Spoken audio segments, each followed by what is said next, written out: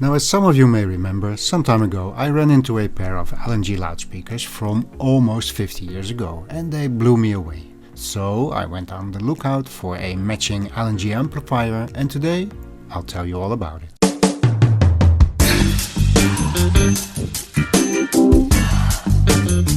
Somewhere in the early 70s, Luxman wanted to create an audio lineup that had a more lifestyle appeal.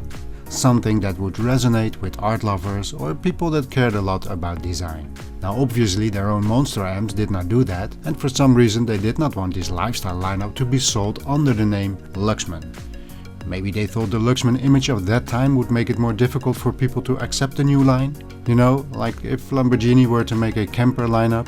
Anyways, they used the name LNG, Luxman and Group, and recently I ran into a few of those projects. The R3400 Receiver and the S25 Loudspeakers. The loudspeakers I found are in amazing condition considering they are almost 50 years old and the amp has been restored, or at least that is what the previous owner told me. And it seemed legit, he had it done by a respectable company, but either they could not completely bring it back to life or they did a poor job, but I was underwhelmed. More on that later. Also, some of the sliders are missing, so the yellow sliders are not the original ones. Now let's have a closer look. This is the R3400 Receiver. It was first produced in 1972. It has a built-in radio tuner, you can connect 2 turntables and there are 2 auxiliary inputs plus a tape connector.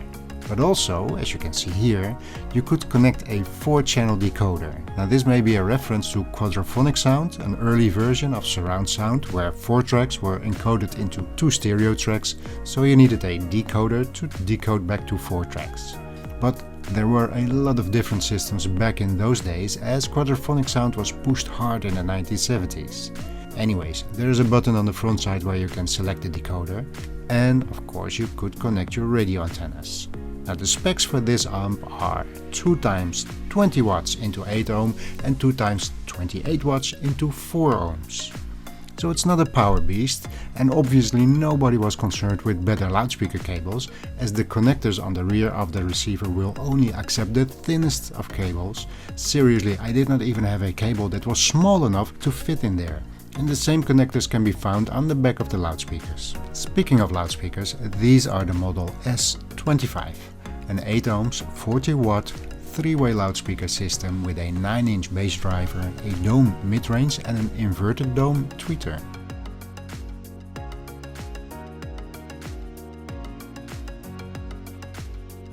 It also has a very unique looking grille. This feature has no function other than looking beautiful, but remember, this was made as a lifestyle item for art and design lovers.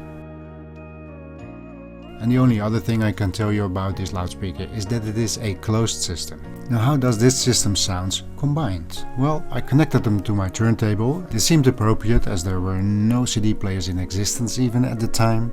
Unfortunately, all I can say is, it sounds okay, nothing more. It can even sound a bit screechy when driven too hard, but this could be due to the receiver not being restored very well. There's also a lot of hiss emerging from the receiver, so I guess at some day it will need to be looked at. Anyways, if you don't drive this combination too loud, it's pleasant enough, but nothing special. There's really not much more I can say about it, and I'm afraid this is now officially the worst sounding amplifier in my collection. So why did I even bother to make this video, you might ask? Well, I bought the receiver without auditioning it first. It came with good recommendations and it just had been repaired, and unfortunately it was on the other side of the country, and I just wanted to have this LNG amplifier because of the LNG loudspeakers. And this is the reason I thought it would be a good receiver, the LNG loudspeakers are some of the most fun loudspeakers I had heard in a very long time. So I thought the receiver would complement that, but unfortunately it did not. So the main reason I did proceed to make this review is because of the LNG loudspeakers. So let's move on to the star of this review, the S25 loudspeaker from Luxman and Group, and these completely surprised me, but not for the reasons you might think. So listen up. You see, this loudspeaker lacks highs, the bass is a bit slow and imaging is somewhat fuzzy. Maybe this is due to the 50-year-old state of the electronics in the crossover, but in its current state you would think no one should enjoy this loudspeaker. But you would be completely wrong, because this loudspeaker is like the best fast food. Now, fast food is not really good for you, it is not very nutritious, and it is not high cuisine, but every now and then it is just so good. At that moment there is nothing better. And under the right conditions, this loudspeaker has the same effect. Put on some Blue Note jazz or a good live recording and this loudspeaker will have you float away with the music in no time. It is so musical, you just have to tap your feet, if you want to or not. So this is not a loudspeaker for the typical audiophile who wants the best soundstage, pinpoint imaging, thundering bass, crisp detailed highs. No, this loudspeaker lacks highs, a controlled bass, and is too slow. For example, if you play a fast picking guitar, it becomes a bit messy because the speaker just doesn't keep up with the speed of the guitar player. So on paper, no one should like this loudspeaker. But when I put this speaker in the right system and choose the right music, the experience is incredibly musical and immersive. This loudspeaker swings like a big band. So how is this possible, you say? Well, I am not sure, but here's what I think. It's a pretty big box. The music flows easily and it can create a big sound. Imaging is not up to standard, but the music sounds very spacious and rhythm and bass is very good. This is like the perfect fast food. The flaws of this loudspeaker do not distract from enjoying the music. In fact, it puts a smile on your face every time. Okay, to put this in perspective, I could not live with these loudspeakers as my main driver in my audiophile setup because these flaws would start to bug me. Something like the vanishing of Peter Strong by Yellow.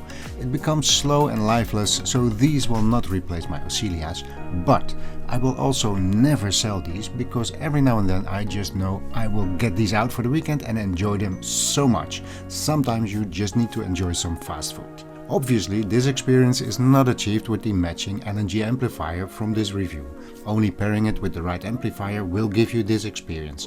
I had very good results with the different Lin amplifiers from my collection, but the most fun and musical combination for me was with my Ear Yoshino preamp and the Quad 306 power amp. This combination was unbeatable. So if you ever have the chance to pick up a set of LNG S25 loudspeakers for cheap, I scored these for $50, you should definitely give them a chance. And the most amazing part of this story is of course that these loudspeakers are 50 years old. It makes you wonder, did loudspeaker design get any better? Anyways, I hope you liked this review. Give it a thumbs up if you did and consider subscribing if you haven't already, and I will see you in the next one.